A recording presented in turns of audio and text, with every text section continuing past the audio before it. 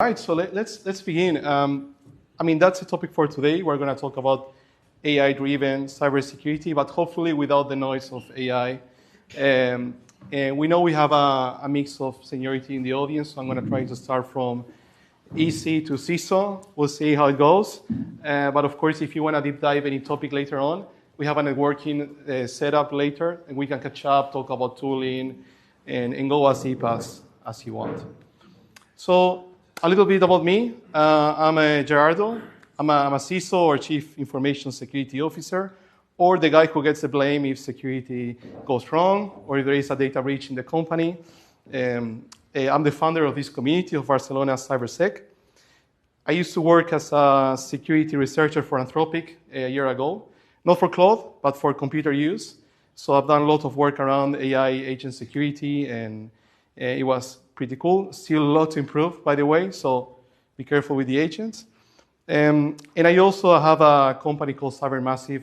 I also give like consultancy services, and I'm here based in Barcelona. So that's me, and that's one of my no AI pictures that I use for these meetups. The other ones are all modified for security reasons. But anyway. Attack vectors right now. So there is a lot going on with AI, but in terms of cybersecurity, we can summarize it somehow in different areas. The first one, synthetic identities, or these identities are actually fake, and they are made with AI, mostly known as deepfakes, where you can clone someone's face from a video, from a picture, and then call the bank and say, hey, I would like to make a loan, to open a loan. I'm the CEO of InnoIT, and then with social engineering attacks, if you craft it very well, you can actually go deeper than what we know from the past, classic phishing, Prince of Nigeria email with typos, and of course, things are now more wild, I would say. And at the same time, evolution on the malware side, especially on the LLM space, and lots of supply chain security drama going on. In order to talk about how we can improve this in your company, in your job, or if you want to, break in cybersecurity and you want to know where the industry is going, if this is good for you or not, I think every company is different, and it's hard to say that every security team is going to look the same, because in the end, that's up for the CISO, for the company to decide. But if we can more or less, speak about generic team and separation, we normally have these 5 categories. We have GRC, which stands for Governance, Risk and Compliance, or the team that set the rules in terms of compliance, things like ISO 27001, PCI DSS. Imagine you're opening your company in Saudi Arabia. There is no GDPR there, but there is PDPL. So you need to know the rules of your jurisdictions. At the same time, they manage the risk that the company, not only from a tech basis, can face, and compliance. Then on the second one, we have the security engineering, or the team that builds the controls. The controls to prevent any cyber attack, the controls to protect the company from any data breach or data exfiltration. Then we have the SecOps, or security operations, which are the watchers. We can think about observability, but more from a security perspective. We got data from users, but also we got data from another system, and then other systems, and then in the end, we correlate that info in a way that we can actually track the attack path of an outsider, insider, of a malicious attacker. And normally, SecOps also involves all about vulnerability management and just giving the eyes to the security team.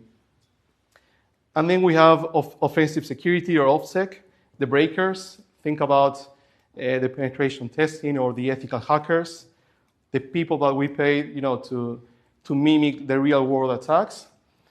Not only on systems, but also on persons. Because when you are running this team, you normally test processes as well.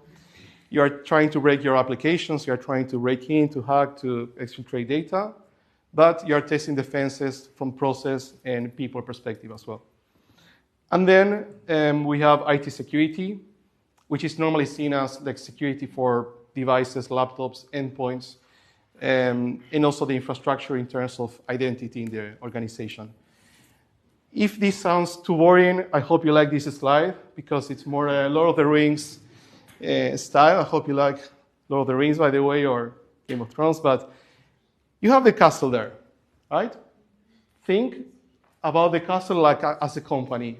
The company that you're trying to protect as a security engineer, as a CISO, or whatever role you have in your organization.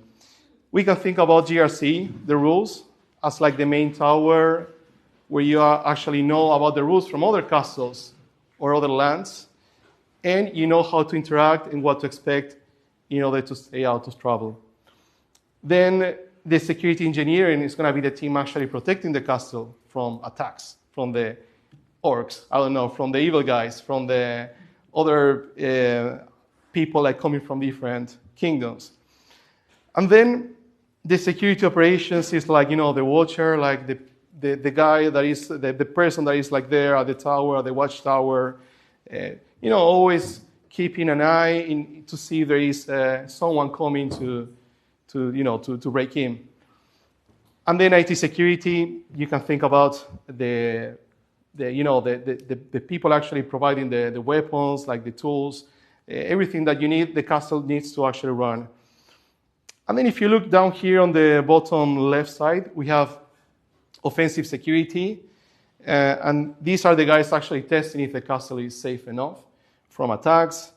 And in order to, figure out the vulnerabilities or the imperfections of the castle before the attacker or the evil guys do it.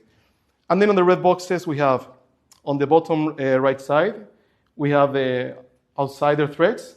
An outsider is basically anything that doesn't belong to the castle, that lives outside the castle, and presents a threat to the castle. You can think about the evil guys, the orcs, anyone that doesn't like, what's going on there in the castle.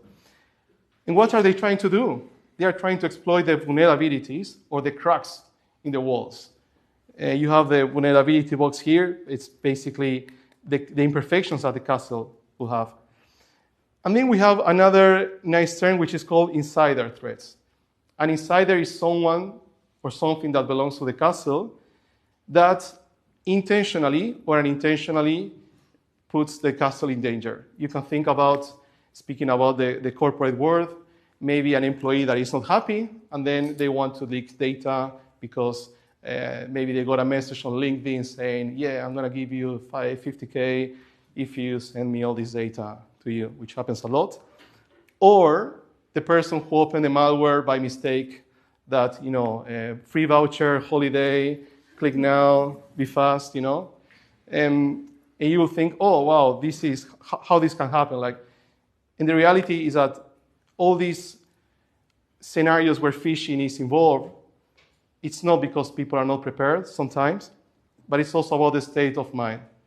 If I tell you, hey, there is a fire, run, then you have no time to think. And when you're actually freaking out, then you normally execute these actions. But long story short, this is another way to see cybersecurity. So let's actually talk about GRC. When talking about the GRC teams, governance, risk, and compliance, the scope is, of course, it's not just this, but if I can summarize this in probably like the main areas, we have the risk management to conduct risk assessments and mitigate what could be a potential threat in the future before it actually happens. This team is also in charge of running the audits for compliance. When it comes to compliance, it's not that you just become compliant once and then you are happily free forever. No, you actually have to do it every year. You have to maintain it. The software will evolve, and you have to evolve the same way as your team does. So you have to collect evidence and comply with the frameworks you follow or the regulators. For example, GDPR is a framework that we have to follow in the EU. If you open a company here, you have no choice. If you go somewhere else outside the EU, it's a different story. And then policy management, to actually write the documents, the rules, the conditions of the game for security, but also for the people in the company. And then vendor risk. Imagine you want to get, I don't know, whatever fancy tool, Jira or something AI in your company. What if these guys actually are not secure? You are basically introducing a problem to your business. So in order to prevent that, we have this team actually manage the vendor risk. And if the risk is low, normally it should be good to proceed. So the question is, how can we apply AI? In 2026, I can tell you right now, the biggest advantage is to move from the risk analysis to be more in a predictive risk analysis. And I'm talking here to move away from the spreadsheet where you have all your risk, detailed one by one, to actually have an LLM in order to predict what are the top risks that it's going to be exploited first. Because remember, in cybersecurity, nothing is 100% secure. You always have to prioritize and start from the most critical thing and then go from there. So AI really helps. The more you grow in your company, the more frameworks, the more obligations you have. So AI is also really good when it comes to taking manual screenshots, like getting manual evidence for the auditor. And there are tools that you can use to actually automate the evidence and focus on something more fun, let's say. And then the policy mapping. Writing documents is crazy, it's busy, and updating the documents is also another issue. But right now, we can do like NLP, natural language, to actually map what we need in the documents, and we can keep this a much faster piece for the team to work on. And then lastly, my favorite is for the third-party vendor assessment. When you talk to the vendors, you need to validate a lot of things. You have to validate their policies, their certificates. You need to make sure the certificates are valid. They are not fake from a third country world that they just fake certificates for companies to pass the audits. So you actually need to go that deep. And with AI, there are lots of open source tools nowadays that you can use. And you can plug with your favorite LLM in order to ingest and especially get rid of the long security questionnaires you can take, which takes forever. And then moving on the security engineering, there are three areas, especially like I would put like the top three. Threat modeling, which is about taking your architecture diagram, your solution, your software, and then identifying the potential risk and weaknesses during the design phase, before the code ever is available there. Then we have application security for securing the software development lifecycle or the CI/CD pipeline. And the infrastructure hardening, which is establishing like the secure configuration. In 2026, one of my favorite ones is the AI threat modeling. Threat modeling is, of course, an art. It's really human, and it has to remain human. But if you can actually use AI to speed up and gain a lot of time when it comes to obvious vulnerabilities or stuff that could be unseen for you, it's great. There are already several tools available which can give you right now some threats and mapping and actually proper controls to mitigate potential risk. So then you can focus more on the stuff that the AI is not tackling. Then we have adversarial AI defense, offensive AI versus defensive AI. The hackers out there, they are using AI to run pen tests, to run attacks, and we also have to use AI to run defenses. It's the world we live in. So this is also another really cool aspect, especially if the AI can parse certain patterns that that are likely to be an attack. And lastly, AI code scanning. So basically, all of this is about analyzing your code base, reading vulnerabilities that maybe there were for years or long time, or maybe you send that pull request to the developer who's your friend, and that the friend say, okay, let's approve it. And of course, the more you mature security, you will add more automation and controls in place, but having AI on top of all of this, and on top of the human verification as well, it's a big plus. And then offensive security, normally you know from penetration testing, where we try to find vulnerabilities and exploit them to actually verify that the application is vulnerable. Red teaming, as I said before, we are simulating real-world attacks from phishing, from actually using social engineering to gain access to the office, for example, and saying, oh, yes, I'm in the event. My name is Gerardo. Okay, yes, please, go ahead. To actually go more deeper. It's basically, it involves penetration testing as well, but also test processes and people security. And then one of the toughest parts of offensive security is the reporting.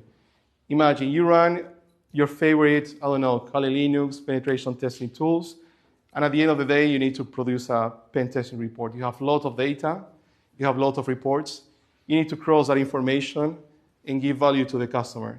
So the analysis and reporting is something actually that AI is doing quite well. Of course, there are false positives, and this is the beginning. I'm pretty sure it's going to be better, but when it comes to OSINT, when it comes to automation reporting, it's the way to go. And I'm giving you here two tools. I have more as well. We can discuss in the networking moment. But Pent AGI is, for those of you who know me, you know that I really like this tool. It's an automated penetration testing, red teaming exercise. Super cool. You only need Claude and a couple of tokens, of course, to run the attacks. But it's really, really good. Like, you normally pay for a penetration testing to other companies something like 10K and above, depends on the company. And this is really good to scratch the surface. And depending on the way you craft the prompt, you can go even deeper.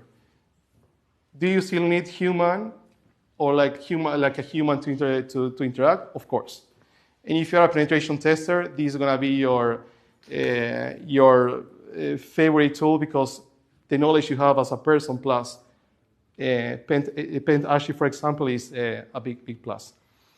And then another new tool, actually, Decepticon, is really good, especially for phishing, attack simulations, and the stuff that you normally expect your company to show you, to send to the people to test if they know about phishing and all that stuff. And moving forward, we have security operations. Normally here, as I said before, they are the watchers. So we are talking about the alert triage or analyzing different signals from different systems in order to identify an attack or a potential threat. Vulnerability scanning, where you normally get a lot of findings and you try to prioritize based on different factors like severity, CVSS, exploitability, and so on. And a really important one, which is the incident response. Even if you are the coolest security team in the world, you need to know how to react. In security, we put a lot of effort to be preventive, to raise the bar and to make it really hard for hackers to gain access. But we need to know what to do and how to do it and what to do if there is an incident, which is going to happen for sure.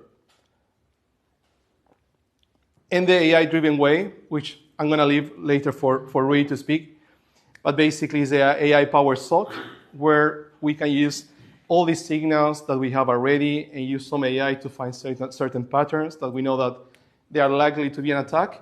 And from a score we give to this attack, we can actually measure if it's a false positive, or if we have more confidence, and we can say that it's an actual attack. AI vulnerability scanning, I don't know if you heard about Claude Mythos out there. Well, this is a 2026 drama in a good and bad way. We're going to get there. But this is going to be the topic for the year. I can tell already. And just to finalize on this, the automated incident response. Again, if there is an incident response, there is a lot of stress. Your team has to stop doing whatever they are doing and fix and contain and eradicate the incident from the company. So removing that stress with automation is, of course, really good for your company, but also for the health of the team, which is something that is not mentioned that much, but it's really, really important. And lastly, with IT security, IAM, or Identity Access Management, endpoint security for securing the devices, especially things like VPN, antivirus, and so on, and data DLP as well. And here, a really good one that is a really nice feature is the contextual IAM, which is analyzing with AI these patterns from anomalous logins, so you don't have to be, really crazy on the controls or like rely just on things like conditional access. You can go a bit deeper here and enforce things like zero trust, but without disrupting the users that much. And intelligent DLP for doing the same thing as DLP, but not just relying on labels or relying on titles, but actually deep diving on the data that a file could have. Everything sounds good, everything sounds exciting, but there is a dark side of the AI adoption.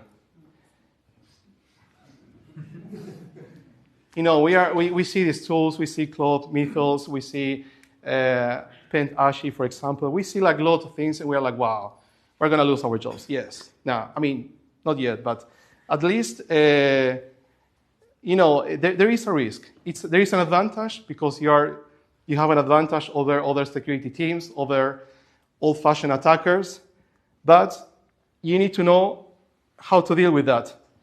And the dark side is basically that all these tools can give you hallucinations. They can tell you that there is a fake indicator of compromise. They can tell you non-existent CVEs or false regulatory facts about GDPR or any frameworks you're following. When using AI, also the inputs most of the times are not sanitized, so there is a risk that the data is not accurate. And privacy leaks. I don't know if you or your team do it, but if you're adopting a tool for your company, you need to know what's in the privacy policy. You need to work with your DPO. You need to be really sharp on this. And you need to know where the data you're entering in the prompt is going. So this is another topic. And also as a CISO or as a security leaders, we need to oversee this. And we need to fight with the shadow AI, which is what we call to the AI that we are not controlling. We can tell people, this is, ChatGPT and Claude are the approved tools. But what if another employee wants to use another, like DeepSeek? Do we have a way to prevent that? Do we have a way to oversee that? This is another challenge.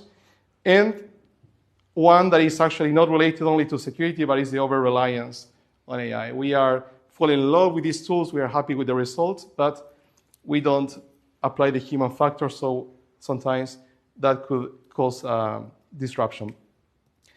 How do we secure the adoption? Minimizing the risk.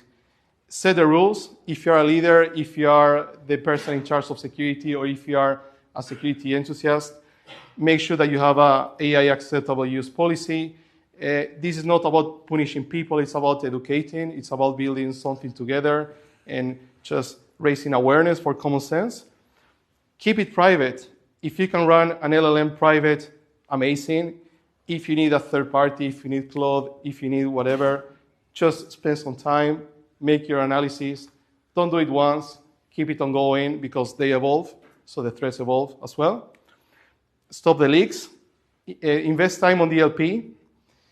Catch the shadow AI, which, again, this is really hard. It's a hard one for everybody because it's quite new. But we need to get started. And then train the team. Train your coworkers, even if you're not in charge of security, raise awareness.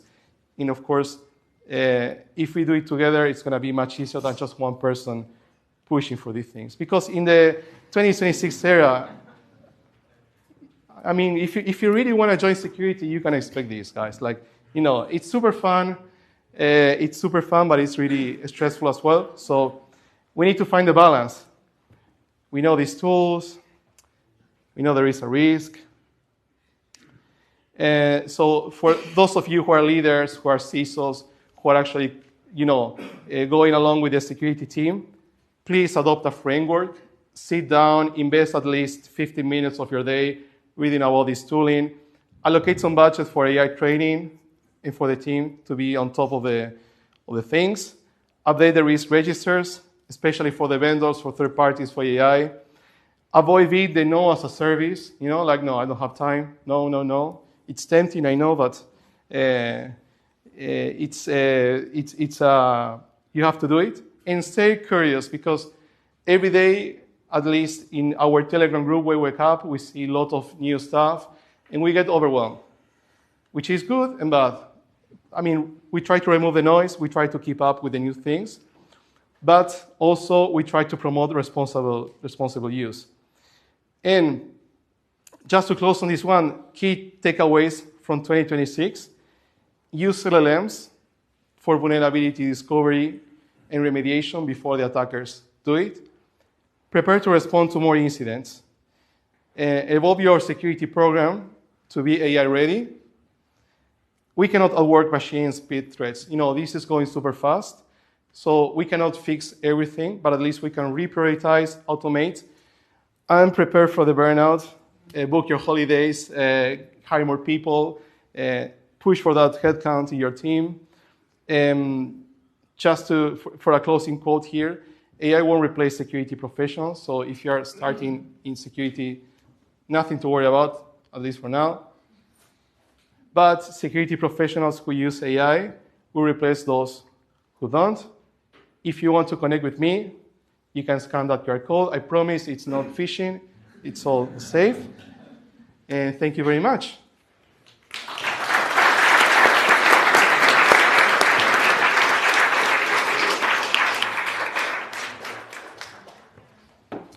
Thank you, Gerardo. All right, so my name is Correia, and I'm here to talk to you guys today about operationalizing AI in the Security Operations Center. So I've been given 15 minutes for this, but as my girlfriend told me today, whenever I talk about security, it's never just 15 minutes. So I'm going to do my best. So I am a SOC manager, about 7 years experience in the SOC. And more importantly, I've been using Security Copilot since 2023 from Microsoft. Now, if it's not immediately obvious from the way I talk, I'm not promoting it. So this is not a sales pitch at all. That being said, let me first go into what is the Security Operations Center in a little bit more detail. So the role is here to monitor, detect, and respond to security incidents in an environment. So the idea here is that going back to Gerardo's analogy of the castle, we need to see what's happening in the environment. We need to alert when something bad happens, and then we need to try to contain it as quickly as possible. That's the main essence of it. And with that, we have a few different SOC roles. In the smaller SOCs, it's usually a tiered system, something like a tier 1, which is the junior analyst. Then you have the tier 2 and tier 3, the more senior ones. And then in the bigger SOC, you might have more specialized teams, one just for forensics, one just for incident response.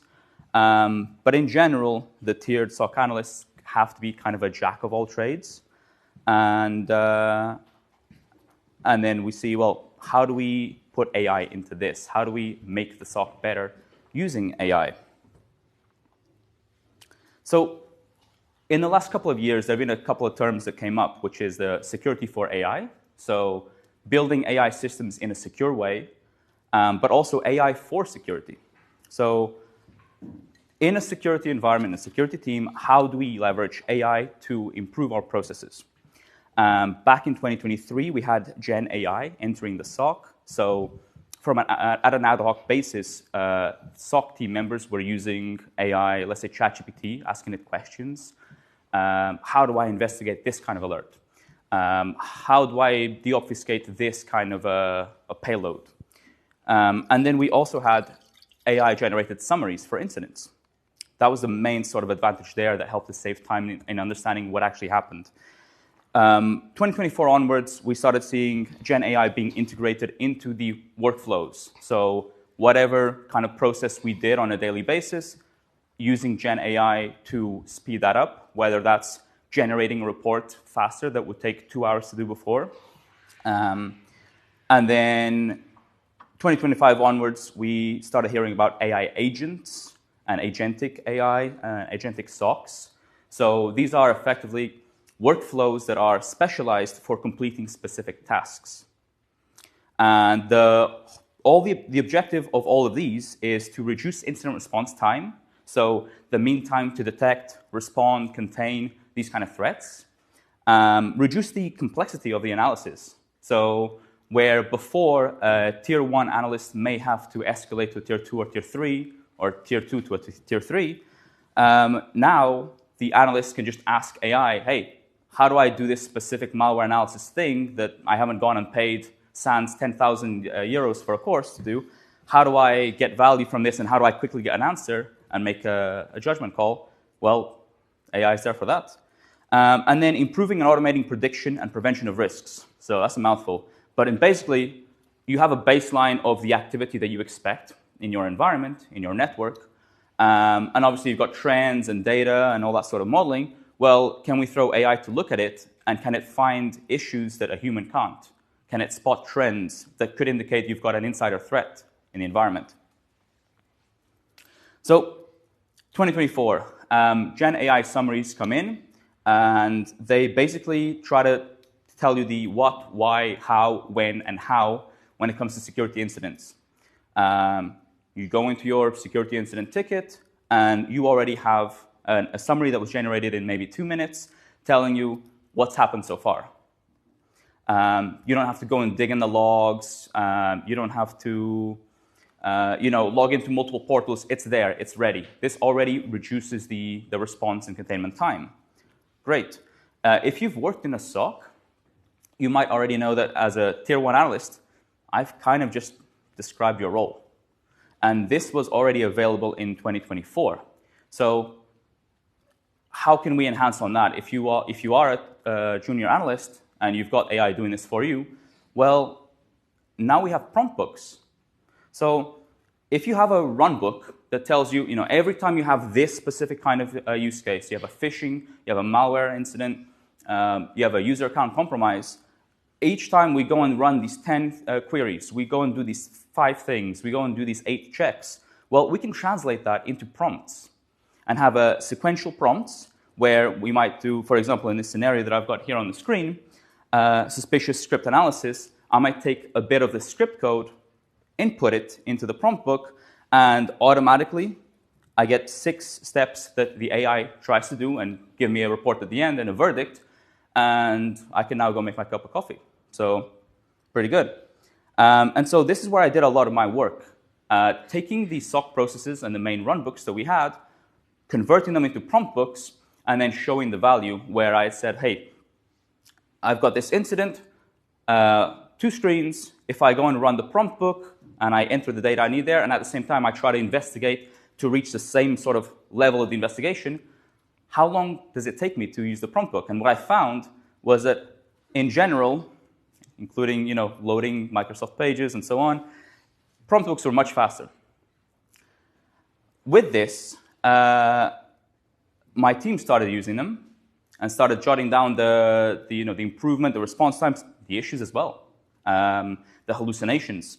And what we found was that Microsoft was actually very, very interested in this kind of research and value. And I'll talk more a little bit about that. But effectively, what I've described here in the previous slide, it still needs to be ran manually. You still go in there, click the button, run the prompt book. Well, what if we could automate that? Oh, I've got an issue with the slides here. OK, well, what if we could automate that? So let's start out. You map out the process, the thing that you do, whether it's, let's say, every time that we have to block some IOCs, I have to log into this portal, I have to do this, I have to check this, I have to do this lookup. If I can translate that into the prompts, build effectively the prompt books, decide when to run it, calculate everything like I mentioned regarding the costs of time, the AI costs, I can then compare how much does it cost for a human to do this process versus an AI agent, and then I can make the decision of whether it makes sense or not. I can make the decision of, yes, this AI agent saves the company money. Yes, it's more accurate overall because it doesn't make human mistakes. And it's worth having it.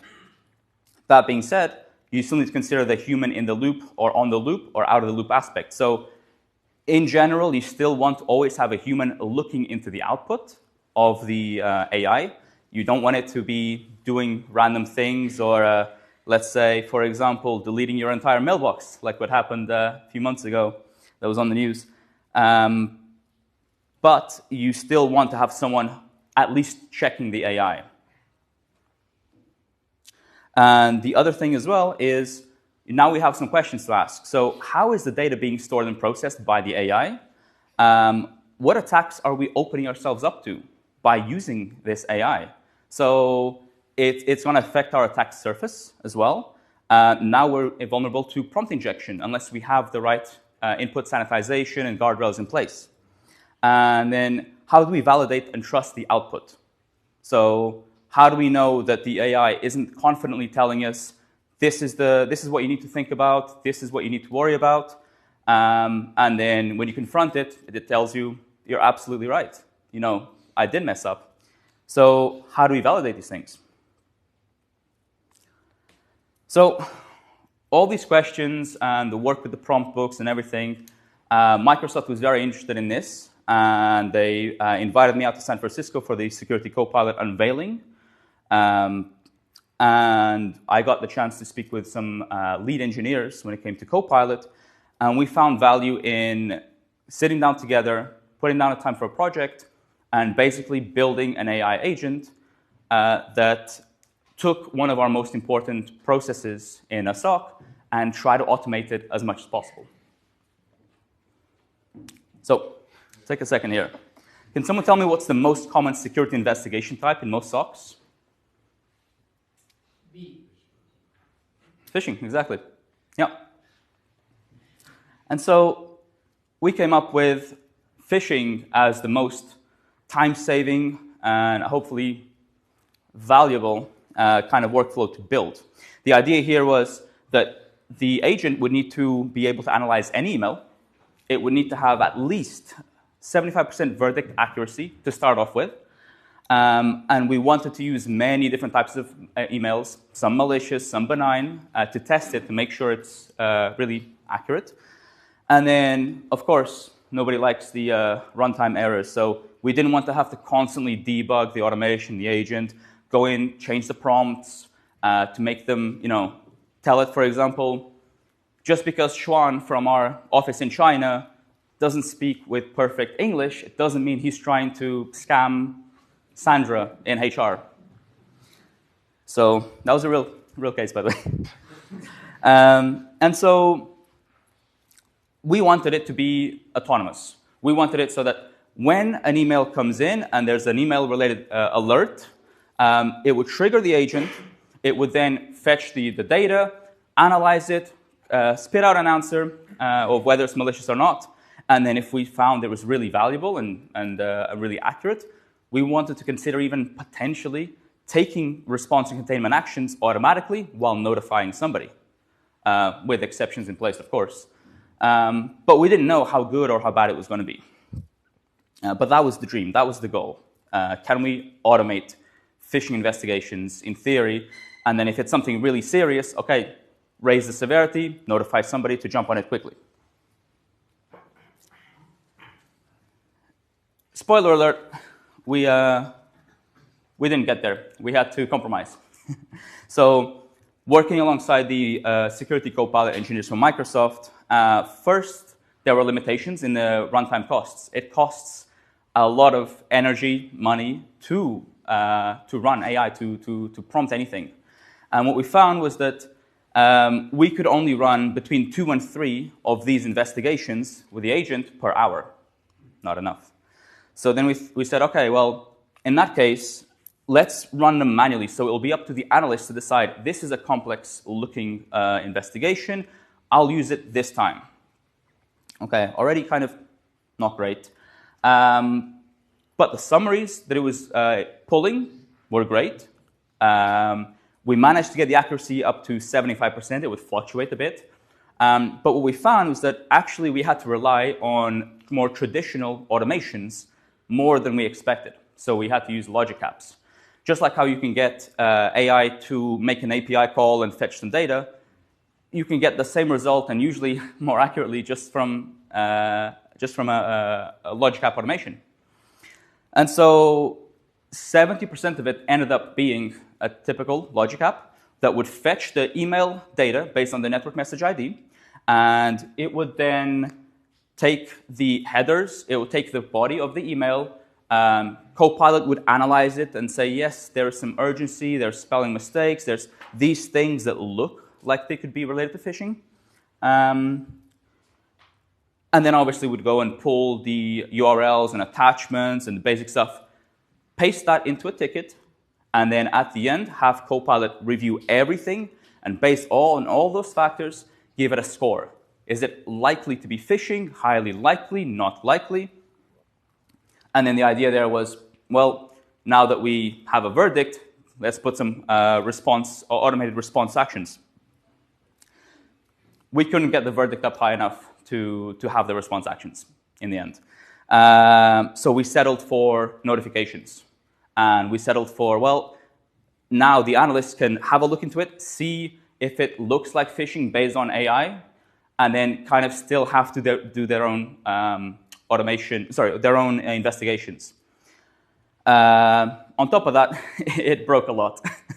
So there were a lot of execution errors, which somebody had to be there kind of part-time fixing that, going back to Copilot, telling it, make sure you don't evaluate this, make sure you check for that. And that was it so far. However, the good side is that we did identify, yes, there is definitely a clear opportunity here. We just need to throw more resources at it. We just need to make the computing costs cheaper. And with time and with more training, the verdicts are going to be there. And with this, Microsoft was able to take back the lessons learned, and they went and they developed their own phishing triage agent, which is now available. Still not great. But it's getting there. It's getting there. Now, this table is a real table from the final report. If you look at it, it tells you that using Copilot saves you about $5,500 per month. What it doesn't tell you is that because of the limitations, you couldn't actually run it for the 339 incidents that triggered that month. It doesn't tell you the hours and the cost of somebody having to go in there and fix it continuously after it went live. But again, it did tell you that from a junior tier 1 kind of analyst perspective, when it ran, it was getting there. It was definitely getting there. And this was a couple years ago. So it's upping the stakes. If you are level 1, you can now use it to enhance your verdicts. You can use it to give more concise, spelling mistake-free verdicts and notes in the tickets as well. And this was a clear depiction that the market did need these kind of agents. We were using them a lot, providing the feedback, and Microsoft was happy with that. So, main takeaways. AI is becoming the new L1. To Gerardo's point here, L1s are going to need to transform. They're going to need to effectively become the new L2s, and the barrier to entry is increasing. That being said, we are still seeing roughly the same number of kind of job postings for senior and lead kind of roles, while the junior roles are decreasing. And this is because analysts are spending more time being the human in the loop. Instead of doing the work, they are checking the output of AI to see if it makes sense. And what this means is that you need the same or even more skilled practitioners in the environment. So great news for anyone looking to upskill. And lastly, there's a large market gap for an AI SOC platform that unifies vendor AI agents. While the vendors are going out and building their own agents and thinking about their product and their scope and what's important to them, well, we're looking for a holistic view of the environment. So just like how I want to know about the threats that come in by email, I also want to know about threats on endpoints. I want to know if an attacker was to get in, regardless of which initial vector, attack vector, and attack path, what do I need to go and prioritize? Maybe it's half of one thing, half of another thing. And so we're looking for, we're looking for a unified agent that can control the other agents. And just last week, there was an interesting AI SOC leadership report that came out that had some very good market research data that corroborated this. So just like how in the past you would log into different portals and look at different data points and different things, and we all wanted a unified single pane of glass, we're looking for the same thing for AI now. So the more things change, the more they stay the same.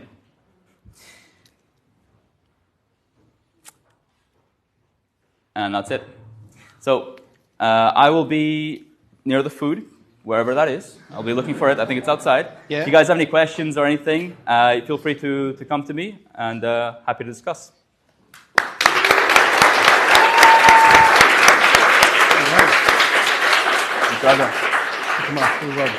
And just to close up, we have a LinkedIn page. We're actually 5 followers away to reach 200 followers. So if you want to follow us, we'll be super happy, of course. We normally post lots of stuff about cybersecurity, but if you ask me which one is my favorite, the Telegram group over there. We have different channels where we discuss different topics. Of course, some people like certain topics than others, but we have a way to, make everybody happy. And we're going to be there in the networking. I can see the drinks are there, which is great. We have some pizza, I believe. So come here, catch up with us. We are super friendly, you will see. And also, have a chance to speak with people, move around, and maybe make friends. Maybe you can find your next job. And super happy to connect with you. So thanks, everybody. And thanks also Signode for the space. It was great. Thank you.